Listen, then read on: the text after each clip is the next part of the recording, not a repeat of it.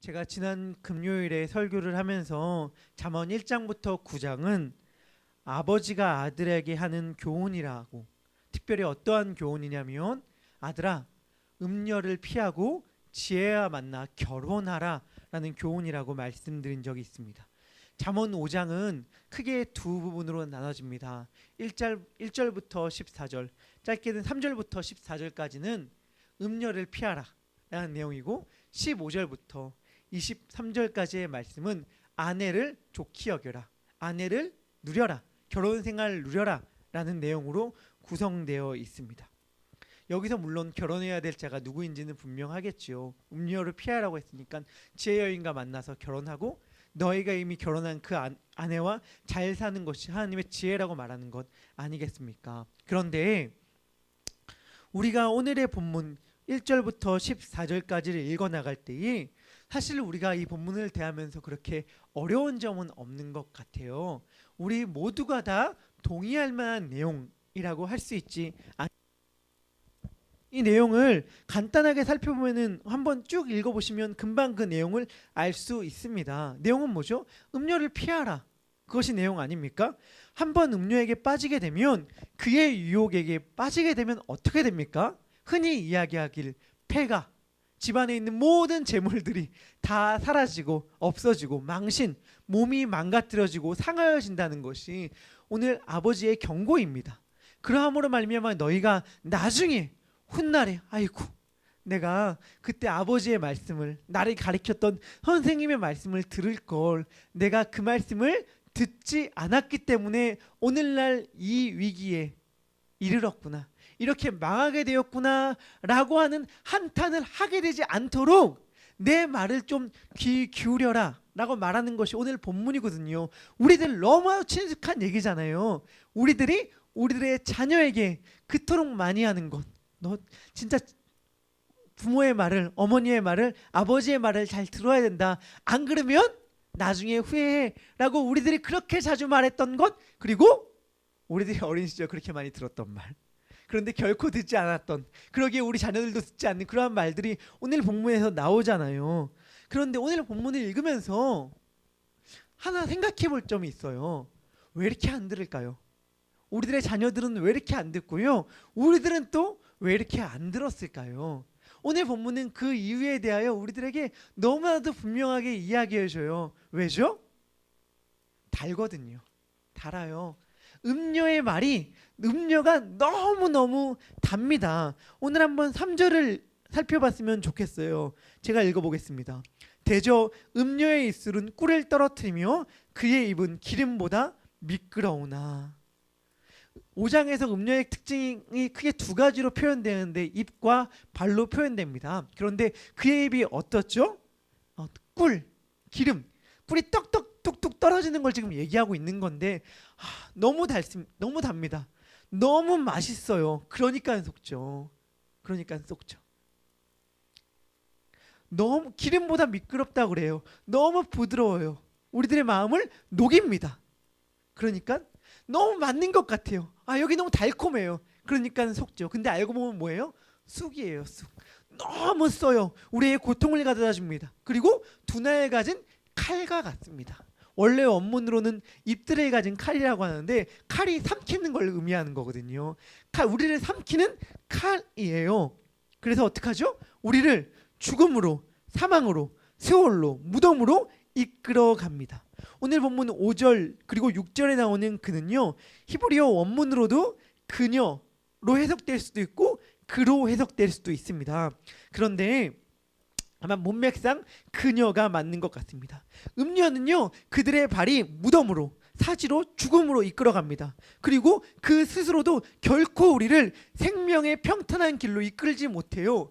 그녀는 결코 우리를 안전한 소망의 항구로 이끌어내지 못합니다. 마치 우리를, 내가 너를 생명의 길로 인도할게, 내가 너를 안전한 곳으로 데려다 줄게, 나만 믿어, 나만 따라와, 내가 책임져 줄게 라고 이야기함으로써 우리의 마음을 안심시키고 우리를 녹이지만, 그녀는 결코 우리를 안전한 항구로 인도할 수 없는 자임을 성경은 우리들에게 이야기하고 있는 거예요. 그녀는 우리를 어디로 인도하죠? 사망으로 인도합니다. 이거 보면서 뭐 생각나요? 선악과잖아요. 사실은 이게 딱 선악과 아닙니까? 창세기 3장에서 선악과를 어떻게 묘사하죠? 먹음직도 하고 보암직도 하고 지혜롭게 할 만큼 탐스럽기도 한 나무였잖아요. 그거를 먹으면 지혜로워질 것 같아요. 그거를 먹으면 하나님과 같이 될 것 같아요. 나에게 무언가를 가져다 줄 것 같아요. 내가 원하는, 진짜 원하는 것을 줄 것 같고요. 참 생명을 줄 것 같았던 그 나무가 바로 선악과였는데 그거를 먹는 순간 뭐가 찾아왔어요? 사망이 찾아왔잖아요. 하나님과의 관계의 단절, 사망이 찾아오지 않았습니까? 하나님께서 경고하셨지 않았습니까? 이 열매를 먹으면 정령 죽으리라. 죽고 죽으리라 말씀하여 주셨기 때문에 그 열매를 먹는다는 건 곧 사망을 의미하는 거였습니다. 오늘 음료가 꼭 그래요. 사실요, 잠언을 보면서 그런 생각을 해보았습니다. 잠언 3장 18절에 이러한 말을 잠언은 우리들에게 이야기해 주거든요. 지혜는 그 얻은 자에게 생명나무라 라는 말을 잠언 3장 18절은 합니다. 그러니 반대로 얘기하면 뭐라고 표현할 수 있을까요? 음료는 그 얻은 자에겐 마치 선악을 알게 하는 나무의 열매와 같다 라고 저는 와닿았습니다. 정리하면 지혜는 생명나무고 음료는 선악을 알게 하는 나무다 라고 할 수 있다는 거예요. 그 뜻이 무엇일까요? 지혜가 생명나무라고 하는 것, 음료가 선악을 알게 하는 나무라고 할 때의 그 의미가 무엇일까? 생명나무는 영생을 상징하잖아요. 왜냐하면 하나님께서 아담과 하와가 죄를 지은 다음에 영생할까 해서 생명나무의 길을 막으니까 생명나무는 영생을 상징하지 않습니까? 근데 영생이 뭐예요? 영생이? 요한복음 17장 3절에서 예수님은 영생에 대해 이렇게 이야기를 했습니다. 영생은 유일하신 참 하나님과 그가 보내신 자 예수 그리스도를 아는 것이니이다 라고 고백을 하였습니다. 영생은요, 하나님과 예수님을 아는 거예요. 다시 표현하면 하나님과 예수님만 아는 것입니다. 그분들만 알고 그분들에게 귀를 기울이고 그분들의 명령에 순종하는 것이 바로 영생이에요. 영생은 단순히 긴 생명, 영원한 생명이 아니라 관계잖아요. 하나님께만 귀를 기울인다는 것이 뭘 의미하냐면 하나님이 옳다고 한 것, 하나님이 하라고 한 것은 행하고 하나님이 하지 말라고 한 것은 안 행하는 것을 이야기하는 것이고 정확히 그 반대가 선악과죠. 선악을 알게 한 나무 그리고 그 열매를 먹었다는 건 뭘 의미합니까?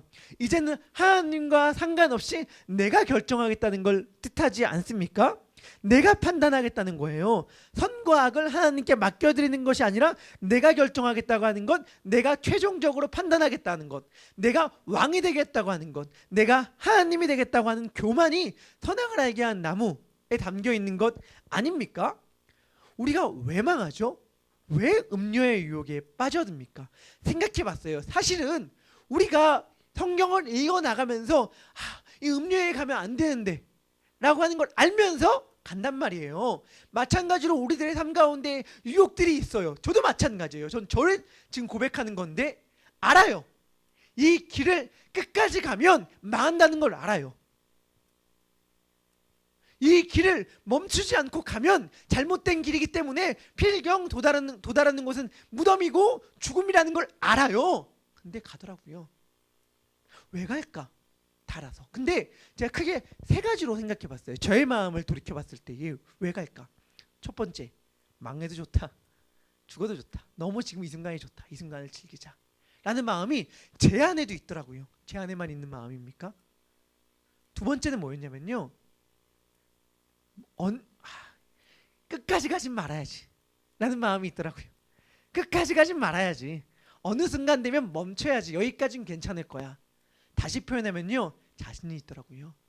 멈출 수 있을 거란 자신. 그러니까 잘못된 길이라는 걸 다 알아. 근데 나는 그래도 이 길의 끝까지 가지는 않을 거야. 나는 언제고 다시 멈출 수 있어. 라는 교만한 마음이 있더라고요. 또 다른 마음이 뭐였는지 알아요?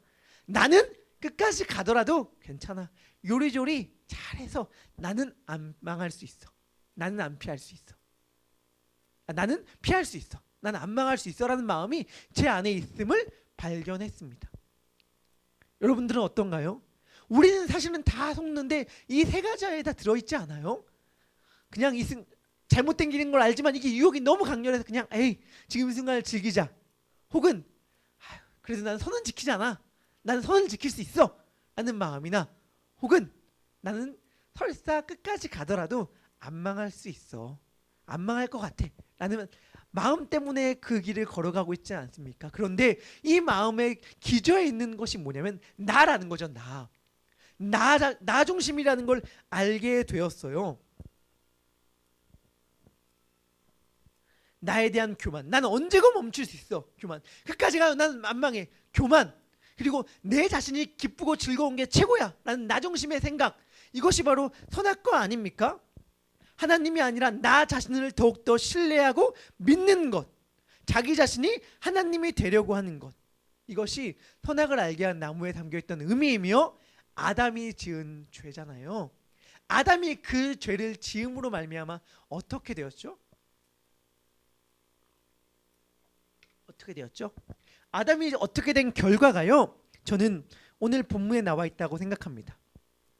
7절 8절에서 아버지가 아들에게 명령을 합니다. 그런즉 아들들아 나에게 들으며 내 입의 말을 버리지 말고 내 길을 그에서 멀리하라. 그 집 문에도 가까이 하지 말라 라고 엄중히 경고하잖아요. 얼마나 중히 경고합니까? 하나님도 엄중히 에덴 동산에서 아담에게 경고했죠.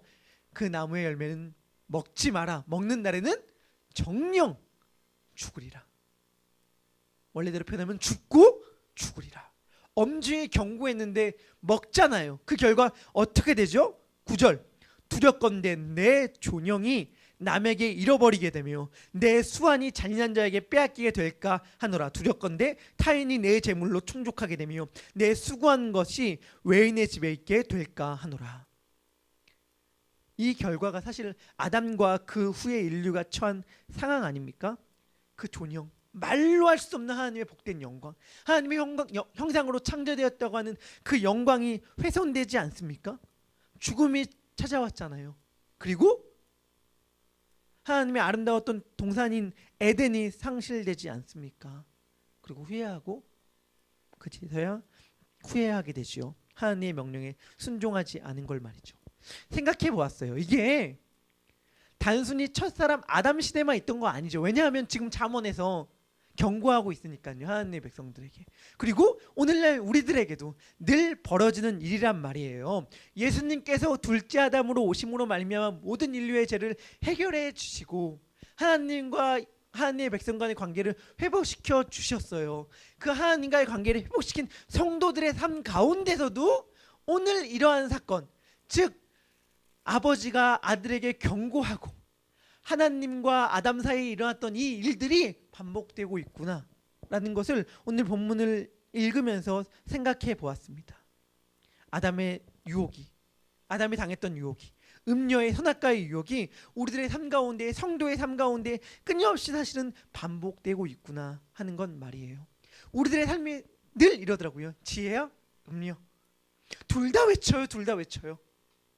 생명나무와 선악을 알게 한 나무, 둘 다 우리에게 뭘 먹을 것인가를 늘 유혹하고 이야기하고 있습니다. 오늘 하루도 이 유혹이 있을 것입니다. 이 달콤한 유혹이 있어요. 선악을 알게 하는 이 나무의 유혹, 음료의 유혹은 너무 달콤하단 말이에요. 먹으면 어때요? 달다. 먹음직도 하고 보암직도 한 그 열매가 우리들의 눈앞에 놓여져 있습니다. 그리고 중요한 건 괜찮을 것 같아요. 나는 먹고 입 잘 닦을 수 있을 것 같아요.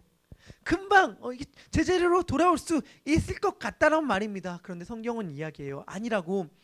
두렵건대 내 존영이 남에게 잃어버리게 되며 내 수고를 잔인한 자에게 빼앗기게 될까 하노라. 성경은 말합니다.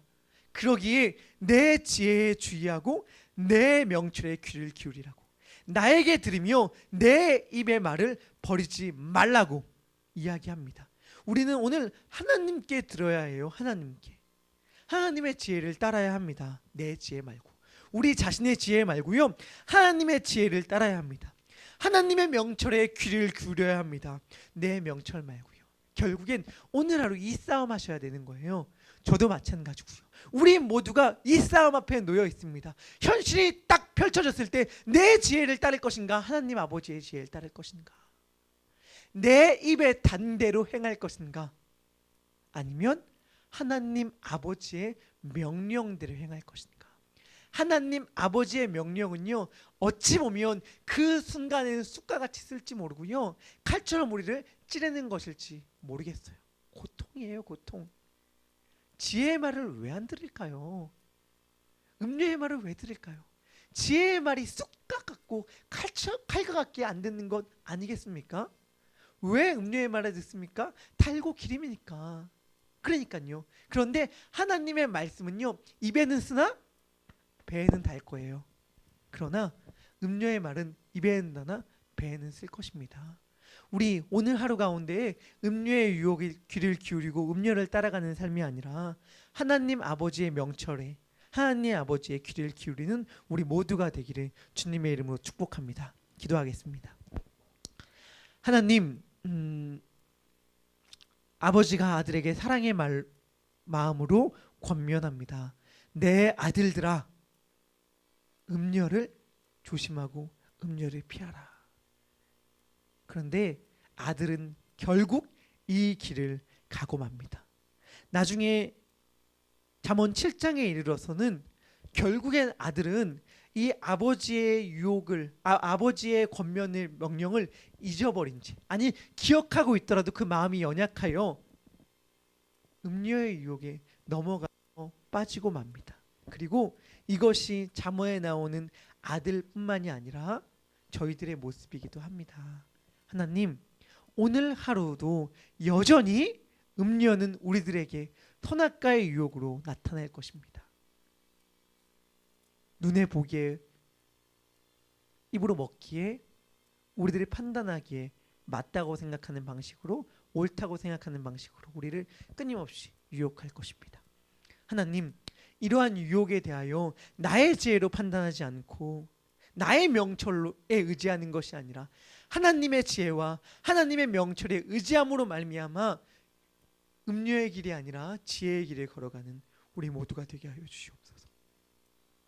그러함으로 말미암아 우리들의 발걸음이 결국엔 도달하는 길이 스올이요 무덤이요 사망이 아니라 생명의 길, 하나님 아버지의 품이 되게 하여 주시옵소서. 오늘 하루 이 싸움을 게을리하지 않는 우리 모두가 되길 소망하오며, 이 모든 말씀을 살아계시며 우리를 아버지와 같이 품으시고 부르시는 예수 그리스도의 이름으로 기도드립니다. 아멘.